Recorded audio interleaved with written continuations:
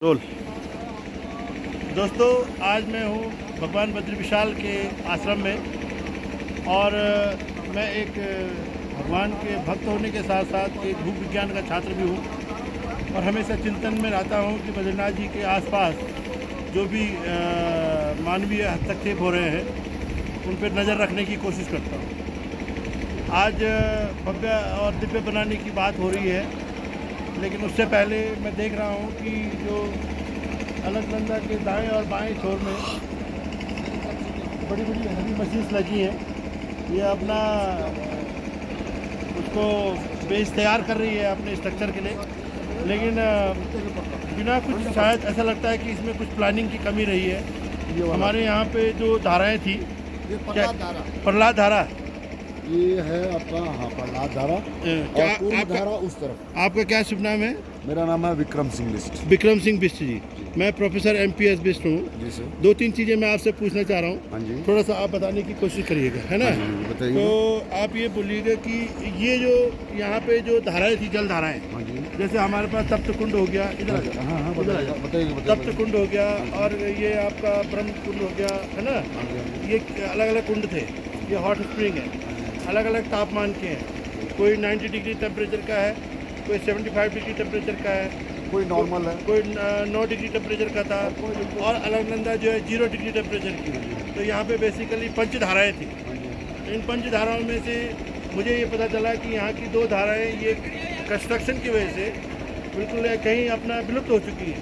तो थोड़ा बताइए उनकी पोजीशन क्या थी? जो एक्सपेक्ट करता हूँ, जो मैंने देखा यहाँ पे, यहाँ पे क्या आपका है, प्रहलाद धारा। प्रहलाद धारा, यस। अच्छा। और सेकेंडरी जो वहाँ पे आ रहा है ना, जो पानी, हाँ, उसके आसपास का आपका पूर्व धारा, कुर्मी धारा, हाँ जी, जो सबसे कोल्ड वाटर। अच्छा, इसीलिए गर्मियों में भी ठंडा पानी वहाँ से लिया जाता था। तो ये था मित्रों दो धाराओं की जिनकी बात हो रही है, क्योंकि ये पूरा इलाका ग्लेशियर के द्वारा लाया गया डिपोजिशन है।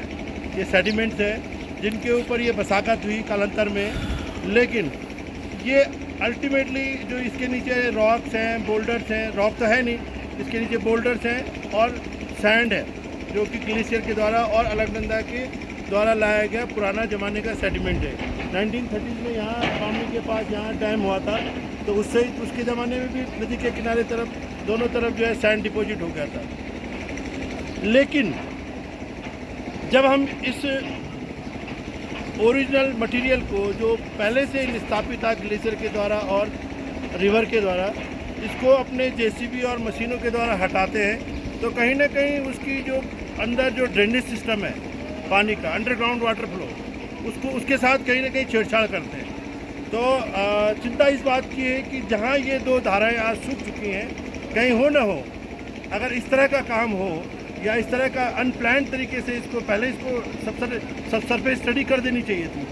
अगर इस तरह का काम हो तो भविष्य में हमारी जो ये तप्त कुंड की जो हॉट स्प्रिंग्स हैं, ये धारा है, इस पर भी असर होने के चांसेस है ना, ऐसा मुझे लगता है। लेकिन अगर ये इससे आगे इसको डिस्टर्ब करेंगे तो इसमें स्टेप बाय स्टेप, एक्चुअल में मैं मानता हूँ कि जो कंस्ट्रक्शन करना, हम विकास की ओर बढ़ रहे हैं, हाँ, मगर उसका एक मेथड है, स्टेप बाय स्टेप। ये नहीं कि आप एक साथ ध्वस्त करते चले जाओ। आप पहले उधर कंस्ट्रक्शन करते, वहाँ बिल्टअप करते, उसके बाद यहाँ करो, किसी को प्रॉब्लम नहीं आएगी। हर लोग सहयोग करने के लिए तैयार है उसमें, ठीक है, ऐसे कोई दिक्कत नहीं है। और फिर कहीं पे कुछ ऐसी जगह है जहाँ पे हमें मैन पावर की ज़रूरत पड़ेगी, मशीनरी की नहीं, ठीक है ना जी। कई जगह ऐसे है जहाँ आदमी की ज़रूरत पड़ेगी, जो आदमी काम करे, जैसे यहाँ पे था, ये मैन पावर से काम किया है, मगर भाई इसमें प्रोजेक्ट मैनेजर का मेन काम है, वो देखे ना फिजिकली साइट पे क्या प्रॉब्लम है क्या नहीं है। चलिए, ये दूसरी चीज़ मैं आपको ये बताना चाहता हूँ कि नदी के बाएं छोर में जो कंस्ट्रक्शन चल रहा है, रिवेटमेंट और बैरियर को तैयार हो रहा है, नदी किनारे का जो दीवार तैयार हो रही है, RCC दीवार, लेकिन उसके बैकग्राउंड में अगर आप देखेंगे कि तो बड़े बड़े बोल्डर्स हैं। तो सामने दो बड़े बोल्डर नज़र आ रहे हैं। ये बोल्डर एक्चुअली ग्लेशियर बोल्डर है, ये आदमी और नदी के द्वारा लाए गए नहीं। ये किसी ज़माने में जब ग्लेशियर आया होगा तो उसके द्वारा ट्रांसपोर्टेड बोल्डर है, और इन्हीं बोल्डर और लूज मटेरियल के ऊपर हमारे यहाँ के जितने भी भवन निर्माण है वो उसका आधार है।